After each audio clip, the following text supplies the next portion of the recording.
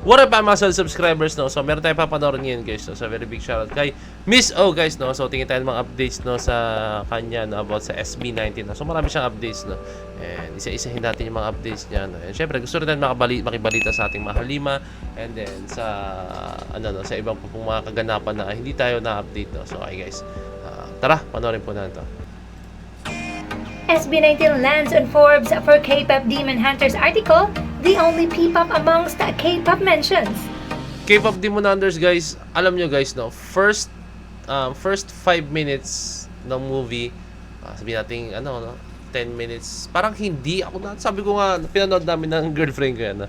Sa mga nakapanood dyan, agree ba kayo sa akin na sobrang solid talaga niya, no? Promise, sobrang solid ng K-pop Demon Hunters.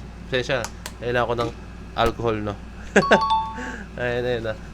Sobrang solid niya, guys, no? To the point na akala ko talaga hindi ko siya magugustuhan. First 5 minutes or 10 minutes yata, sabi ko, parang hindi ko trip to. Hindi ko trip to. Parang ilipat na natin, iba na lang panoorin natin. Ganung moment. Pero dumating sa akala ko kasi ako, guys, kasi hindi ako mahilig masyado sa mga musical, no? Yung more on onting moment lang, biglang kanta. Hindi ako masyado mahilig ako doon, pero alam mo yung pili, pero kung ako pa yung piliin, para mas gusto ko yung sabihin nating animation, or kung hindi man animation, no, pwedeng movie na hindi more on kanta, no, more on musical theme talaga, no. Pero napanood ko siya, guys, no, sobrang nag-click siya, no. Okay siya, no, ang galing din pala ng pagkakagawa nila, no. Akala ko kasi baka siya, ay ano ba yan, masyadong colorful. Parang hindi ko siya trip, pero nung tumagal, nakita ko napakaganda, sobrang bumagay siya, no? At the same time, guys, yung parang yung kung familiar kayo sa frame rate, guys, no, alam mo yun, kung alam niyo yung galaw ng mga ito, kunyari, yung galaw ko, di ba? Yan. Naka 30 FPS ako, guys. Ganyan. Parang medyo choppy siya onte. And then, pag nakikita niyo parang in real time yung ang smooth ng galaw, usually 60 FPS yun, frames per second, no? And doon sa, K-pop Demon Hunter, no? Parang 24 FPS siya. Sobrang lagi niya tingnan, no? So, parang sabi ko, parang hindi siya maganda, no? Mas okay yung hindi nga yata 50, baka 16 FPS lang yata yun, hindi ko alam, basta sobrang niya. Pero ang ganda naman, tumagal na sanay na rin yung mata ko, no? And na-share ko lang, guys, no? So, hindi mo nakapanood dyan, panoorin nyo, guys. Maganda siya. Sa umpisa, I think, maano kayo, pero pag tumagal siya, guys, meron dong part na talagang,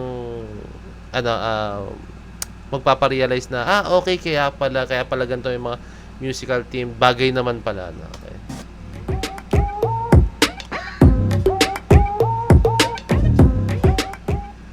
Forbes has published 17 song recommendations like Saja Boy's Your Idol from K-pop Demon Hunters, where it mentions 17 similar tracks from established K-pop legends and newer and rising star in the K-pop music scene. Of course, since SB19 is not a K-pop group, it is not amongst the list. However, Forbes made a bonus just to include SB19.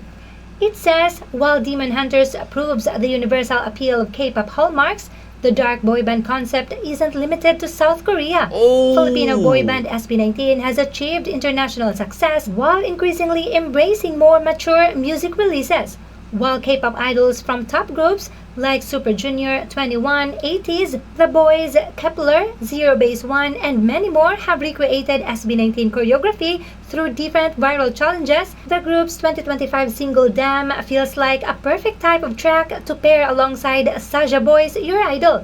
Co-written and composed by member Pablo, Damn is all the more impressive for coming straight from the group members themselves and having a global appeal.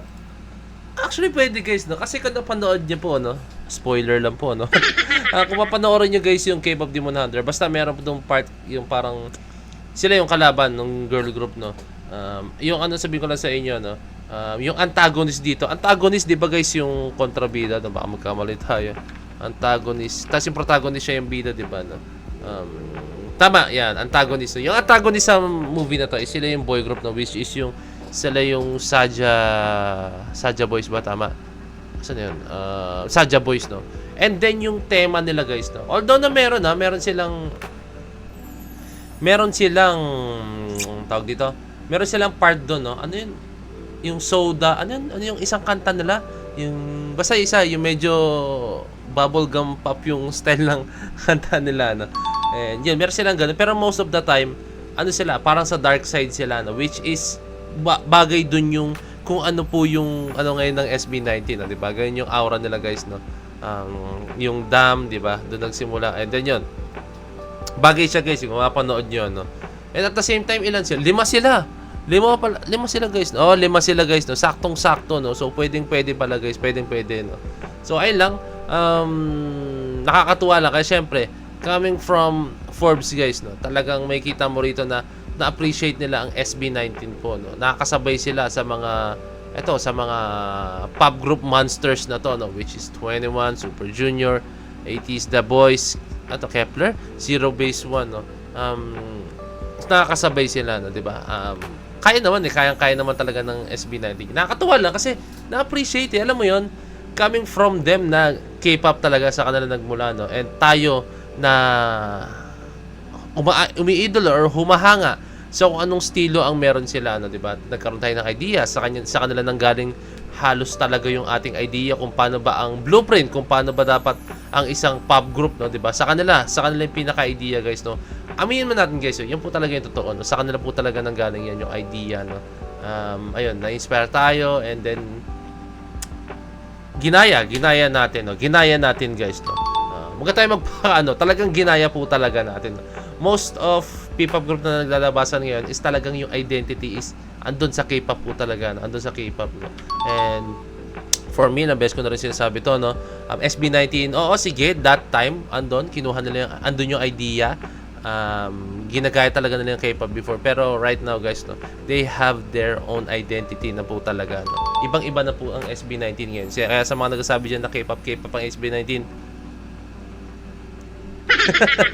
hindi, iba talaga yung SB19, guys, no? Okay, no? So, ayun, sila itong K-pop, no, sa kanila nang galing yung kung ano talaga yung ng blueprint ng P-pop, no? Since alam niyo na, 'di ba? Yung mga trainers talagang galing sa Korea, 'di ba?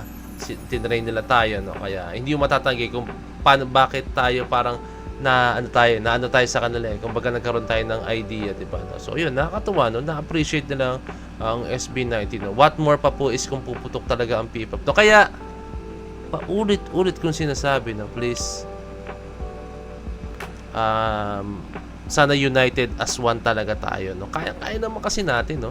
Nadi-divide kasi tayo sa mga fan base, sobrang nadi-divide po talaga tayo, no? Although na iba tahimik, pero alam mo yun, pag halimbawang nagkakaroon ng is biglang ayaw, mayroong mga sumasalungat po talaga. Doon ako naiinis po talaga kasi may mga sumasalungat, no. Sige, hindi ko kayo masisi, no, pero as much as possible naman, guys, no, respeto natin kasi pare-pareho tayong Pinoy, di ba?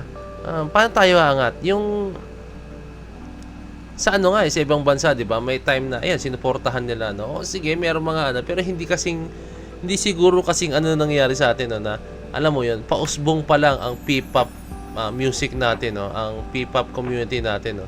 Tapos meron ng mga tao agad na sumasalungat, may mga tao agad na parang gustong manira, di ba, no? Ayun, yun lang naman. Kaya sana suportahan natin, no. Ito sila napapansin na po ng Forbes. Napapansin sila ng iba't ibang mga K-pop idols natin, guys, no, di ba? Kaya sana wag natin sirain yung yung momentum ng SB19 na paganyan na. Wag nating hayaan na bigla silang bumaksak po talaga, guys, no. Wag natin hayaan, no? Kasi pag bumaksak sila, guys, believe me, guys, sino na lang po yung nagtataguyod ng musikang Pinoy sa ibang bansa, no? Although na alam natin sooner or later naman meron, no, pero alam mo yun, and meron namang mga half-blooded Filipinos, meron, di ba? Pero iba pa rin pag full-blooded Filipinos po talaga, guys, no? Just like SB19, no? Talagang lumaki dito po talaga sa ating bansa, no, di ba? So, ayun, wag natin hayaan, guys, no? Magkakaroon yan sooner or later, pero alam mo yun, andito na tayo, papalampasin pa buhay pa natin, no?